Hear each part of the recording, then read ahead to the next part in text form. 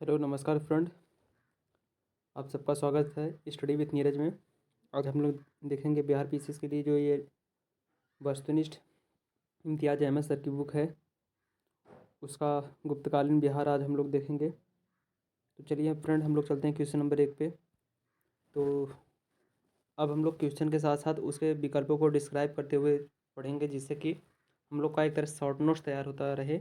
और फ्रेंड, आप लोग एक पेन और पेपर लेके बैठिएगा, जिससे कि शॉर्ट नोट्स आप लोग बना सकें। और एग्ज़ाम के नज़दीक टाइम में शॉर्ट नोट्स बहुत इंपॉर्टेंट हो जाता है लास्ट के 15 दिन में, जिससे कि आपकी परीक्षा में कोई भी चीज़ें अधूरी ना रह जाए और आपकी सफलता सुनिश्चित हो सके। और आप लोग जानते ही हैं, इस बार इतनी अधिक सीटें हैं, 800 प्लस सीटें हो गई हैं। तो हमें नहीं लगता कि बीपीएससी अगले 4-5 सालों में इतना ज़्यादा संख्या में सीट लाएगा। तो चलिए फ्रेंड्स, हम लोग देखते हैं पहले प्रश्न को। चंद्रगुप्त प्रथम का राज्याभिषेक कहाँ हुआ था? ये पाटलिपुत्र में हुआ था। चंद्रगुप्त प्रथम का राज्याभिषेक पाटलिपुत्र में हुआ था। तो ये पाटलिपुत्र को हम लोग जानते हैं। पाटलिपुत्र के बारे में, इसे उदयन ने बसाया था, जो हर्यक वंशी शासक था। हर्यक वंश को पितृहत्ता वंश भी कहा जाता है। तो चलिए दोस्त, हम लोग देखते हैं अब चंद्रगुप्त प्रथम के बारे में। चंद्रगुप्त प्रथम 319 20 ईसा पूर्व में शासक बना था गुप्त काल का। और गुप्त काल की राजकीय भाषा संस्कृत थी। और चंद्रगुप्त प्रथम को गुप्त वंश का वास्तविक संस्थापक भी माना जाता है। और इसने लिच्छवी राजकुमारी कुमारी देवी से विवाह किया था। इसका साक्ष्य हमें मुद्रा से मिलता है, जो उसके सिक्के थे। और सर्वप्रथम इसने चांदी के सिक्के चलवाए थे। महाराजा धीराज की उपाधि भी धारण की थी 1920 ईस्वी में। तो चलिए फ्रेंड्स, हम लोग अगले क्वेश्चन देखते हैं। तो अगला क्वेश्चन, चंद्रगुप्त द्वितीय चंद्रगुप्त के पाटलिपुत्र में राज्याभिषेक गुप्त वंश की स्थापना, ये तो आप लोग देख ही रहे हैं, अभी जस्ट हमने बताया 320 हो जाएगा ईसा पूर्व। और किस शासक ने वैशाली के लिच्छवी कुमारी देवी से विवाह किया था? तो ये चंद्रगुप्त प्रथम हो जाएगा। और इसका जो स्रोत है वो हमको सिक्कों से प्राप्त हुआ था। तो चलिए फ्रेंड्स, हम लोग अगला क्वेश्चन देखते हैं। 320 ईसा पूर्व महाराजा धीराज की उपाधि धारण की थी चंद्रगुप्त प्रथम ने, कहाँ धारण की थी? तो ये आप लोग जानते हैं, पाटलिपुत्र में ही धारण की थी। तो चलते हैं हम लोग नेक्स्ट क्वेश्चन पे। अगला क्वेश्चन देखते हैं हम लोग, क्वेश्चन नंबर 5। तो ये अभी किस शासक ने स्वयं को लिच्छवी दोहित्र कहा था? तो ये समुद्रगुप्त ने कहा था। समुद्रगुप्त को वीणा प्रेमी भी कहा जाता था। प्रयाग प्रशस्ति लेख में इसका उल्लेख मिलता है। तो समुद्रगुप्त के बारे में हम लोग ब्रीफ इंट्रोडक्शन देखते हैं। तो ये गुप्त वंश का एक शासक था, जो 335 से 375 ईसा पूर्व तक शासन किया था। और चंद्रगुप्त प्रथम का पुत्र था। भारत का नेपोलियन समुद्रगुप्त को कहा जाता है। गुप्त साम्राज्य का सर्वाधिक विस्तार इसी के शासनकाल में हुआ था। और इसने आर्यावर्त के 9 शासकों को पराजित किया था। आर्यावर्त मतलब उत्तर के क्षेत्र को, और दक्षिणावर्त के 12 शासकों को इसने पराजित किया था। और श्रीलंका के राजा मेघवर्मन ने गया में बौद्ध मठ स्थापित करने के लिए समुद्रगुप्त से ही एक आज्ञा पत्र के द्वारा एक आज्ञा मांगा था इसने। बिहार में गुप्त शक्ति के संगठन का श्रेय किसे दिया जाता है? तो ये चंद्रगुप्त द्वितीय को हो जाएगा। गुप्त साम्राज्य की प्रथम राजधानी कौन सी थी? तो ये पाटलिपुत्र हो जाएगा, जहाँ चंद्रगुप्त प्रथम ने राज्याभिषेक किया था। किस शासक से श्रीलंका के राजा मेघवर्मन ने गया में एक बौद्ध मठ स्थापित करने की अनुमति मांगी थी? तो फ्रेंड्स, अभी हमने बताया, इसको समुद्रगुप्त हो जाएगा। नालंदा विश्वविद्यालय की स्थापना किसने की थी? तो नालंदा विश्वविद्यालय की स्थापना गुप्तों ने की थी। और गुप्तों में नालंदा विश्वविद्यालय की स्थापना कुमारगुप्त के शासनकाल में हुआ था। और कुमारगुप्त के बारे में हम लोग एक ब्रीफ इंट्रोडक्शन जानते हैं। कुमारगुप्त 415 से 445 ईसा पूर्व शासक बना था। और इसकी उपाधियां हैं महेंद्रादित्य, श्री महेंद्र, अश्वमेघ महेंद्र। और नालंदा विश्वविद्यालय ये बौद्ध धर्म के महायान से संबंधित है, और इसे ऑक्सफोर्ड ऑफ महायान बौद्ध कहा जाता था। और अजंता की गुफाओं में भी बौद्ध धर्म के महायान शाखा के ही चित्र वर्णित हैं। नालंदा विश्वविद्यालय की स्थापना किसने करवाई थी? तो ये कुमारगुप्त हो जाएगा। इसको हम लोग अभी जस्ट देखे हैं। बोध गया में महाबोधि मंदिर की स्थापना किसने करवाई थी? तो ये गुप्त शासक कालों में हुआ था।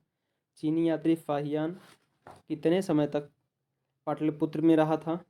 ये पाटलिपुत्र में इस विकल्प के अनुसार 3 साल हो जाएगा, जबकि ये चंद्रगुप्त द्वितीय के शासनकाल में आया था 399 से ये आया था और 414 वर्ष तक ईसा पूर्व तक रहा था ये। और हम लोग चंद्रगुप्त द्वितीय के बारे में जान लेते हैं। इनका अन्य नाम था चंद्रगुप्त द्वितीय का देवगुप्त, देवराज, देवश्री, और उपाधि थी इनकी विक्रमांक, विक्रमादित्य, परम शाश्वत, शशांक, देवपुत्र। पश्चिमी शक विजय के फलस्वरूप व्याघ्र सिक्के उत्कीर्ण करवाए थे इसने, और इसके दिग्विजयों का उल्लेख उदयगिरी गुहा लेख में वर्णित है। और इसके शासनकाल में 9 रत्न रहते थे। उन 9 रत्नों का नाम इस प्रकार है, जैसे कालिदास, धन्वंतरी, छप्पड़क, अमर सिंह, शंकुबेताल भट्ट, घटकपर्त, बराहमिहिर, वारुची। और ये 9 विद्वान चंद्रगुप्त द्वितीय के शासनकाल में उसके राज दरबार की शोभा बढ़ाते थे। आर्यभट्ट का संबंध कहाँ से है? तो ये पाटलिपुत्र से हो जाएगा। और जैसा कि आप लोग जानते हैं चंद्रगुप्त द्वितीय के शासनकाल में मतलब उनके राज दरबार में ये रहते थे। और आर्यभट्ट के बारे में हम लोग जाने तो आर्यभट्ट ने सबसे पहले ये बताया था पृथ्वी सूर्य के चारों तरफ चक्कर लगाती है। और आर्यभट्ट की मुख्य 2 रचनाएं हैं। एक सूर्य सिद्धांत है जिसमें इन्होंने बताया था सूर्य के चारों तरफ पृथ्वी घूमती है, और आर्यभट्टियम आर्यभट्ट की रचना है। गुप्त काल की एक सुंदर कार्तिकेय की मूर्ति किस जिले से प्राप्त हुई? तो ये शाहाबाद से प्राप्त हुई थी। तो चलते हैं फ्रेंड हम लोग अपने नेक्स्ट क्वेश्चन पे। बिहार में 7.5 फीट ऊंची बुद्धदेव की एक पीतल की मूर्ति प्राप्त हुई है। ये कहाँ से प्राप्त हुई है? ये सुल्तानगंज से प्राप्त हुई है। राजगीर के मणिनाग मंदिर में पत्थर पर खोदे हुए गणेश, विष्णु एवं नाग नागिन के चित्र यह किस काल के हैं? तो ये भी गुप्त काल के ही हैं।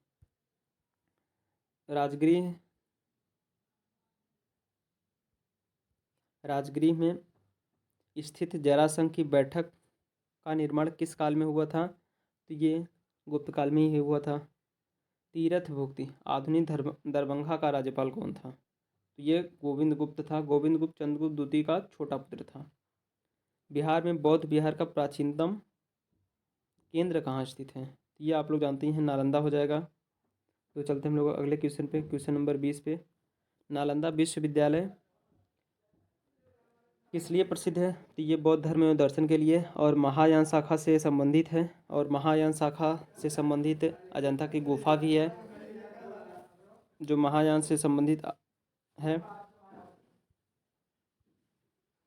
नालंदा में अवस्थित भारतीय विश्वविद्यालय में फाहियान किसके शासनकाल के दौरान आया था? तो ये चंद्रगुप्त विक्रमादित्य हो जाएगा। और फाहियान 399 से 414 ईसा पूर्व तक भारत में रहा था और बिहार में 3 साल तक रहा था। और ये बौद्ध धर्म से संबंधित शिक्षा लेने यहाँ आया था चीन से। और इसने मध्य देश यानी मध्य प्रदेश की जनता को और ब्राह्मणों को सुखी और समृद्ध बताया था। किसने यह वर्णन किया था? मध्य भारत के सभी देशों में मगध देश में सर्वाधिक नगर थे। धनपतियों ने यहाँ चिकित्सालय बनवाए थे जहाँ रोगियों को मुफ्त में भोजन तथा दवाएं दी जाती थी। तो ये आप सब जान सकते हैं फाहियान। जब फ्रेंड्स कहीं भी यदि गुप्त काल में कोई विदेशी यात्री की चर्चा हो तो आप फाहियान को छोड़ के कहीं नहीं जाएंगे। ये 99% नहीं कह सकते बट 95% ये सही है, क्योंकि सिर्फ एक ही विदेशी यात्री थे जो इनके शासनकाल में आए थे। गुप्त संवत आरंभ कब हुआ था? तो ये जैसा कि हम लोग ऊपर ही डिस्कस कर चुके हैं 320 ईसा पूर्व में। चंद्रगुप्त प्रथम का राज्याभिषेक 320 में ही हुआ था, पाटलिपुत्र में हुआ था। और पाटलिपुत्र की स्थापना आप लोग जानते ही हैं किसने करवाए थे? उदयन ने करवाया था, जो हर्यक वंशी शासक था। और हर्यक वंश के शासक को पितृहत्ता वंश कहते थे, मतलब कि उस समय जितने भी राजा हुए थे हर्यक वंश में, सब ने अपने पिता की हत्या करके हुए ही थे। निम्नलिखित शासकों में से किसे भारत का नेपोलियन कहा जाता है? तो ये समुद्रगुप्त हो जाएंगे। समुद्रगुप्त को भारत का नेपोलियन कहा जाता है। समुद्रगुप्त के बारे में एक ब्रीफ इंट्रोडक्शन हम लोग देखते हैं। ये 335 से 375 ईसा पूर्व तक शासक किए थे। गुप्त साम्राज्य का सर्वाधिक विस्तार इन्हीं के शासनकाल में हुआ था। और श्रीलंका के राजा मेघवर्मन ने गया में बौद्ध मठ स्थापित करने की अनुमति इन्हीं के शासनकाल में मांगी थी। और इसने दक्षिणावर्त के 12 शासकों को और उत्तरावर्त के 9 शासकों को पराजित किया था। और ये ग्रहण मतलब दक्षिणावर्त की 3 मुख्य नीतियाँ थीं जो दक्षिण में विजय प्राप्त की थी। तो ग्रहण मतलब शत्रु पर अधिकार करते थे ये, मोक्ष मतलब शत्रु को मुक्त कर देते थे, और अनुग्रह मतलब राज्य को लौटा देते थे लास्ट में। सौराष्ट्र और मालवा, हम लोग नेक्स्ट क्वेश्चन चलते हैं फ्रेंड्स। सौराष्ट्र और मालवा क्षेत्र की विजय किस गुप्त शासक काल में, सॉरी मित्र, सौराष्ट्र और मालवा क्षेत्र की विजय किस गुप्त सम्राट ने की थी? तो ये चंद्रगुप्त द्वितीय विक्रमादित्य हो जाएगा। प्रयाग प्रशस्ति के रचयिता कौन थे? तो ये हरिसेन हो जाएगा। प्रयाग प्रशस्ति संबंधित किससे है? समुद्रगुप्त से संबंधित है। और ये स्थित कहाँ है? ये इलाहाबाद प्रयागराज में स्थित है। और समुद्रगुप्त के बारे में थोड़ा सा यदि और देखें तो ये 335 से 375 ईसा पूर्व तक शासन किए थे, और इन्हें भारत का नेपोलियन भी कहा जाता है। चलते हम लोग अपने अगले क्वेश्चन पे। किस गुप्त सम्राट ने दक्षिण भारत में सफल सैनिक अभियान किए थे? तो ये आप लोग जैसा कि फ्रेंड जानते हैं ये समुद्रगुप्त ही हो जाएंगे। प्रयाग प्रशस्ति में किस सम्राट के विजय अभियानों की चर्चा हुई थी? फ्रेंड जैसा कि हम लोग चर्चा कर चुके हैं, ये समुद्रगुप्त हो जाएंगे। तो चलते हैं हम लोग अपने नेक्स्ट क्वेश्चन पे। गुप्त साम्राज्य के पतन के मुख्य कारण कौन थे? तो ये पतन के कारण में हम लोग देखेंगे तो ये हूणों का आक्रमण हो जाएगा। इसके बाद प्रशासन की सामंती स्वरूप हो जाएगा, और कमज़ोर शासक मतलब जैसे जैसे शासक आगे मतलब पीढ़ियों में डेवलप होते गए वो कमज़ोर होते गए। मगध पर मिहिर कुल का आक्रमण किस शासक काल में, सॉरी, मगध पर मिहिर कुल का आक्रमण किस शासक के समय हुआ था? तो ये नरसिंह गुप्त हो जाएंगे। तो चलते हैं अगले क्वेश्चन पे हम लोग अपने। गुप्त काल ज्ञान विज्ञान के विकास का स्वर्णिम युग था। इसमें योगदान करने वाले विद्वान कौन थे? ये वराहमिहिर, आर्यभट्ट एवं ब्रह्मगुप्त हो जाएंगे। जबकि इसमें देखा जाए तो आर्यभट्ट चंद्रगुप्त द्वितीय के राज दरबार में रहते थे, और वराहमिहिर भी उन्हीं के राज दरबार में रहते थे। तो मित्र आज हम लोग का गुप्त साम्राज्य समाप्त हुआ। चैनल को प्लीज़ लाइक करिए, शेयर करिए, सब्सक्राइब करिए। और हाँ मित्र, थोड़ी थोड़ी जो हमारी कमियां हैं हम उसको इम्प्लीमेंट कर रहे हैं।